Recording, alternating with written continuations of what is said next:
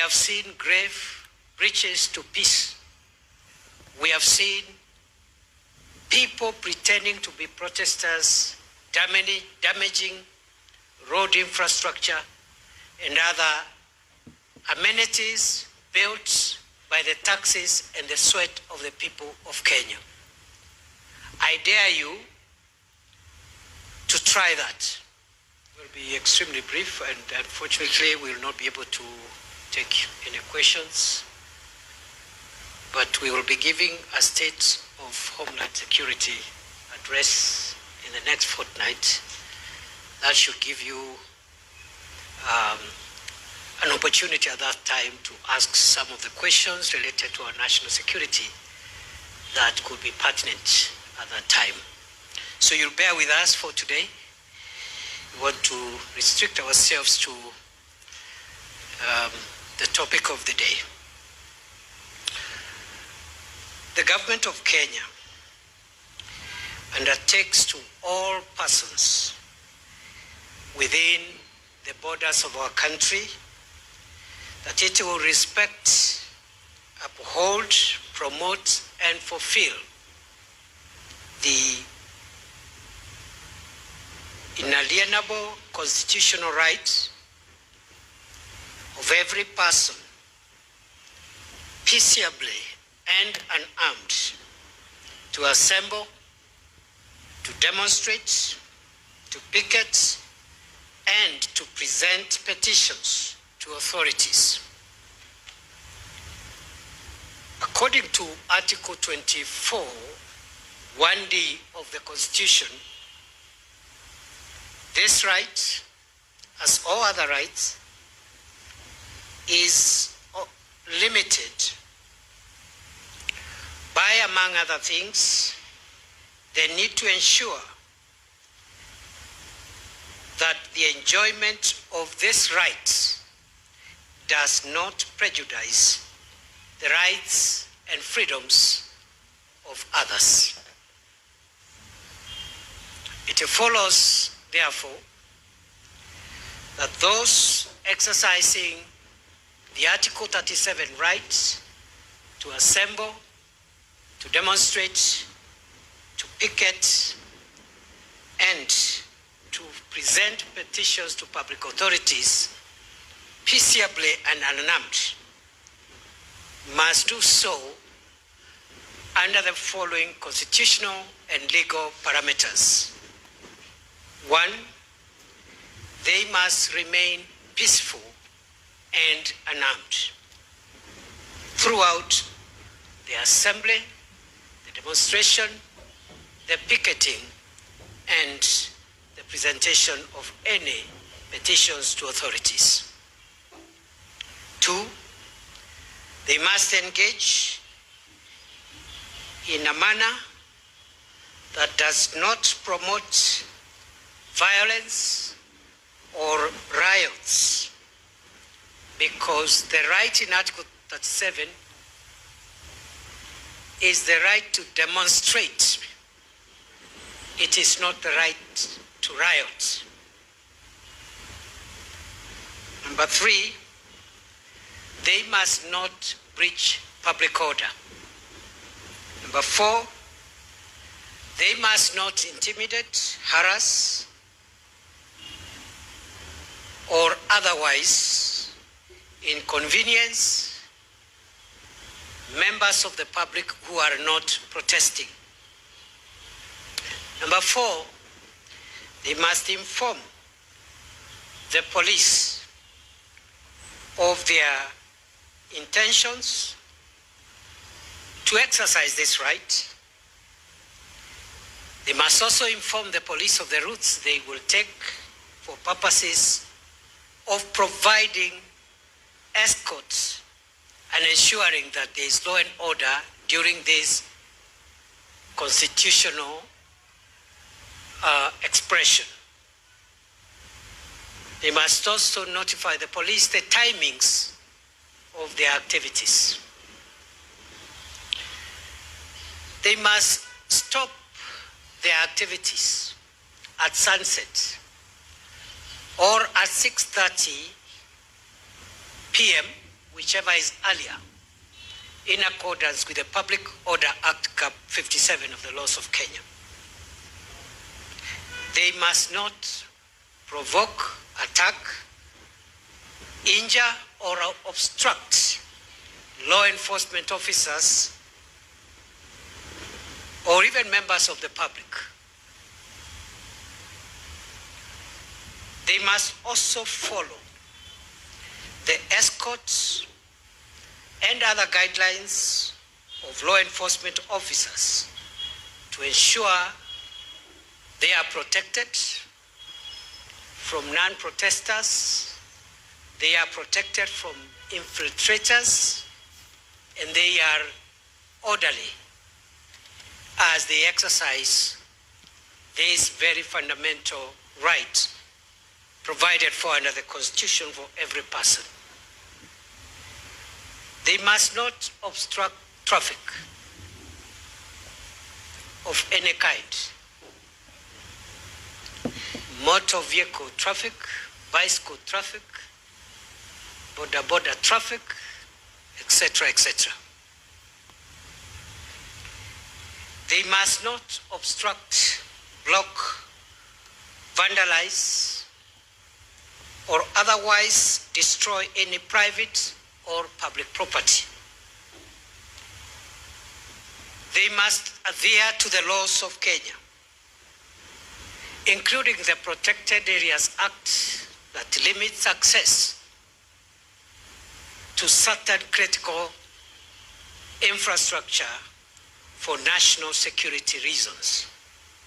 And the police will guide them in which areas they cannot access by operation of the law on the protection of critical infrastructure. They must not access critical assets for the supply of power, water, or other social amenities in a manner that is likely to interfere with the enjoyment of these amenities by members of the public. They must not interfere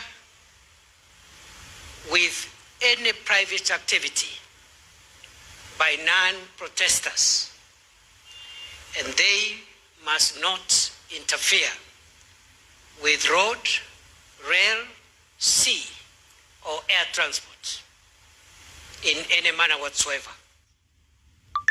Whatever the issues, whatever the grievances, whatever the matter, the rule of law and public order must be maintained by all persons.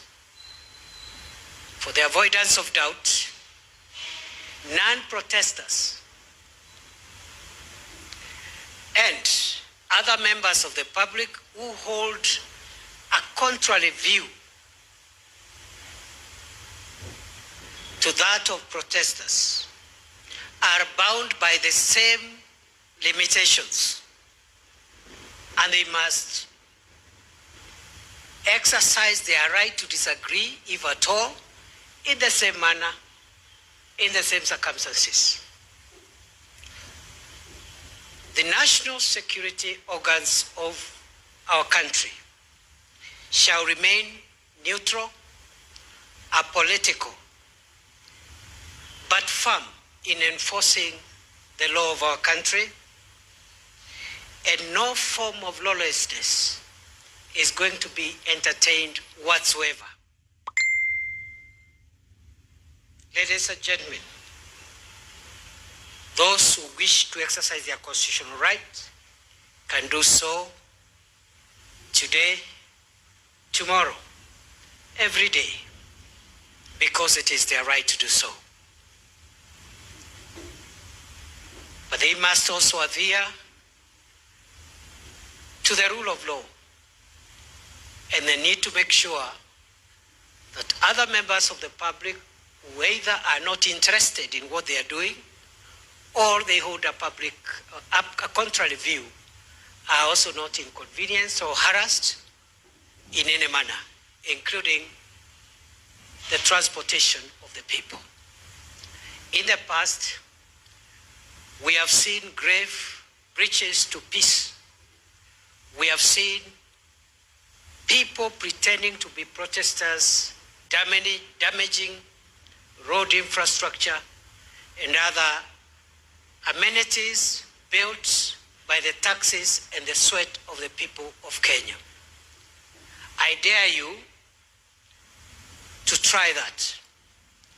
We cannot be a country that condemns violence in the name of exercising human rights. Your right and my right end where the right of the next person starts.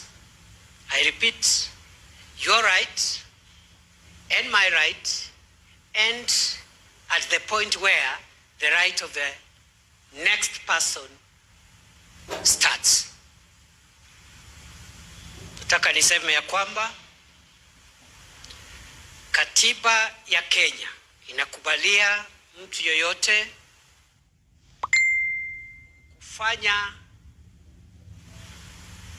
maandamano ya amani bila kujihami. Lakini katiba hiyo hiyo imesema kwamba wakati mtu yeyote anafurahia haki hii ya kibinadamu ambayo iko katika katiba, ni lazima aheshimu haki za wale watu wengine ambao labda hawahusiki na mambo ambayo anafanya. Kwa hivyo katika wakati huu tumepata habari ya kwamba kuna wananchi ambao wangetaka kujieleza na kuandamana kwa sababu wanatofautiana na maamuzi fulani ambayo yamefanywa yakiwa maamuzi ya umma. Uhuru wao wa kujieleza uko katika katiba. Vyombo vya usalama vya taifa la Kenya vitawalinda ili wajieleze, waandamane na vile vile wafanye chochote ambacho wanaweza kufanya, ikiwemo kupeleka matakwa yao katika ofisi ama mahali ambazo wangetaka kusikizwa. Lakini wanapofanya hivyo lazima wazingatie katiba na sheria ya nchi ya Kenya. Wasidhulumu wananchi, wasidhulumu ama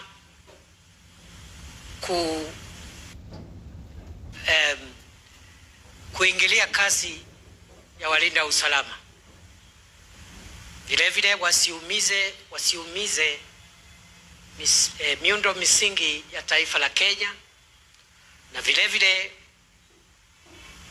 kuna sheria ambazo zinatumiwa katika sehemu maalum ambazo zimelindwa kisheria kwa sababu ya usalama wa taifa, na maafisa wetu wa polisi watawaelekeza ni wapi na wapi hawawezi kufikia, na ni lazima watii amri ambao watapewa na wale ambao ni walinda usalama watakaoelekeza.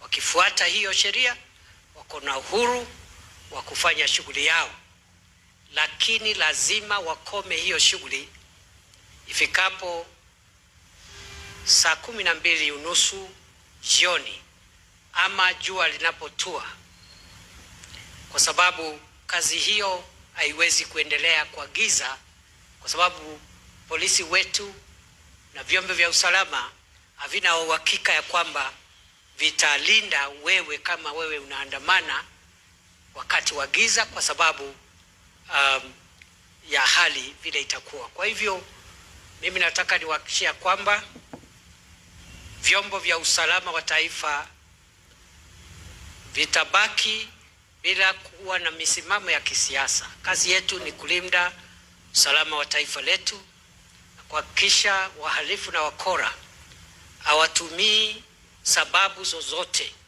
kuumiza usalama wetu na kuhujumu amani ya nchi. Kwa hivyo vile vile, kama kuna wananchi wako na maoni tofauti na wale wataandamana, hayo maoni vile vile kama wanataka kutoa wanaweza kuyatoa, lakini lazima wafuate sheria hizo hizo. Wasiwe na silaha, wasivuruge amani, wasihujumu kasi ya walinda usalama, na wasiingie katika sehemu ambazo asiruhusiwi kwa sababu ya kiusalama. Tumeona hapo awali miundo misingi na vifaa ambavyo vimeundwa na jasho na kodi ya wananchi vikiharibiwa, ikiwemo barabara, na hiyo haitaruhusiwa kamwe. Na wale wanafikiri hii ni taarifa tu tunatoa, wajaribu hivyo leo, kesho ama kesho kutwa. We will be extremely firm, fellow Kenyans. It doesn't matter whether you're supporting the demonstrators or you are against the demonstrators. We will treat you as a criminal. And we are going to be very firm and very unapologetic, because we do not want to interfere with our democracy, but at the same time, this country is the only country we have. And the rule of law is the only thing that puts us together and makes us equal and ensures that the weak and the mighty, the big and the small, the powerful and the weak can exercise their freedoms and feel protected under the law. I wish you all the best. Have a good evening. In about a fortnight or so, we will be addressing the nation on the state of our homeland security, on all the issues from A to Z. As I promised last year, we will be holding regular public accountability forums to tell the people of Kenya where we are, the challenges we are facing, the achievements we have made, and where we think we need to improve, as a way of opening up security as a public good to scrutiny, accountability, and public oversight. Thank you very much. Have a good evening.